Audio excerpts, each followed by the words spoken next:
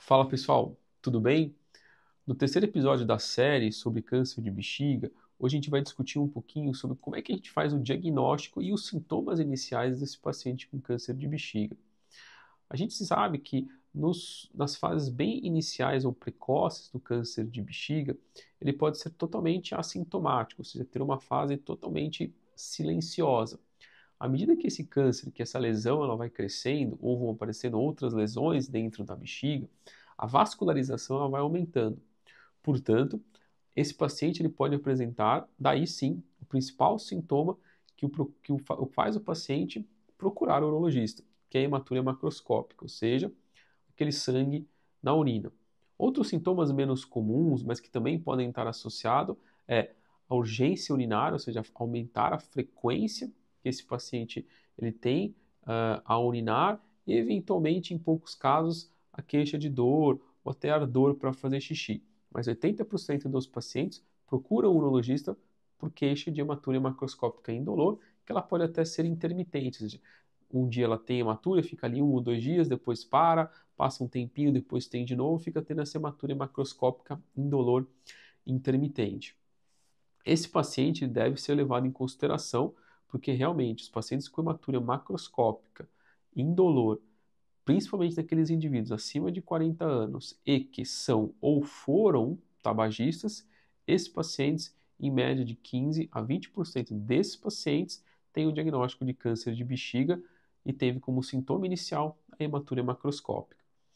Primeira coisa que a gente vai fazer quando o paciente tem a queixa de hematúria macroscópica é esclarecer se esse paciente pode ou não ter uma infecção urinária, então é importante ter um exame de cultura comprovando que esse paciente não tenha infecção urinária.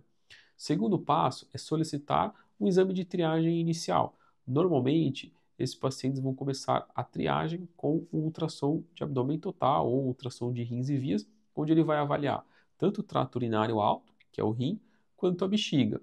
Quando a lesão é muito pequenininha, eventualmente ela pode não aparecer no ultrassom, mesmo com uma grande distensão vesical. Outros dois exames que aí realmente podem ajudar ainda mais a identificação do paciente com suspeita de câncer de bexiga é a urotomografia, onde você vai injetar em contraste e vai ver a fase excretora na tomografia, onde ele vai avaliar todo o trato urinário, desde o rim até a bexiga, para ver se eventualmente ele localiza alguma lesão. E outro é a uroressonância, que é importante para avaliar também o trato urinário todo, desde o rim até a bexiga, e hoje, atualmente, existe até uma classificação na ressonância específica para a bexiga, que é o VIRADS, que seria equivalente ao PIRADS do câncer de próstata, que basicamente do que vai de 1 até 5, onde você tem, a partir do 3, você tem uma maior chance desse paciente ter uma lesão vesical, e à medida que ele vai chegando ao BIRAD 5, a maior chance de ter extensão extravesical, ou seja, acometimento da gordura ou da musculatura da bexiga. Mas isso a gente comenta depois também no próprio estadiamento. Outros testes também que podem auxiliar a suspeição diagnóstica é a citologia urinária oncótica, que é um exame que ele vai avaliar dentro do exame de urina se possui ou não células suspeitas. A crítica aí à citologia oncótica, porque ela tem maior chance de dar positiva nas lesões de alto grau. Então, se o paciente tiver uma lesão de baixo grau, a citologia oncótica pode ser negativa. Hoje você tem disponível aí nos Estados Unidos em estudos alguns exames, alguns testes urinários, como o ctDNA, que pesquisam alterações genéticas que podem levar à suspeição de câncer de bexiga. E eles são mais específicos e sensíveis do que a própria citologia oncótica. Mas ainda é um dado que está em estudo, que talvez nos próximos anos possa chegar a ficar mais disponível à utilidade pública.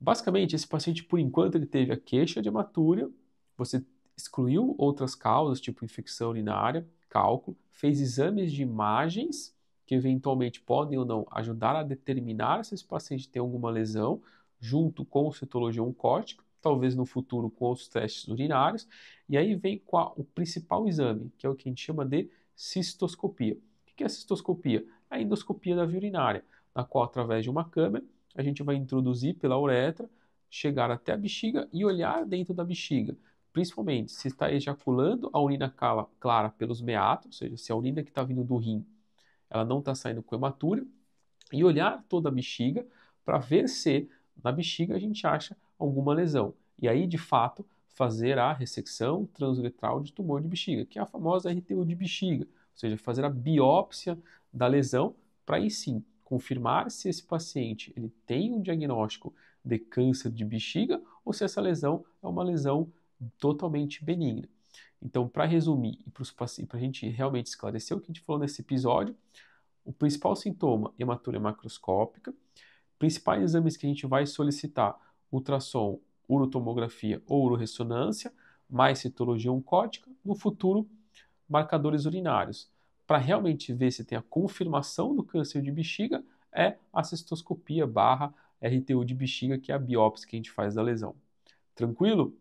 Bom, no próximo episódio da série, a gente vai discutir um pouquinho sobre o estadiamento do câncer de bexiga e os tratamentos que a gente vai fazer nos próximos episódios.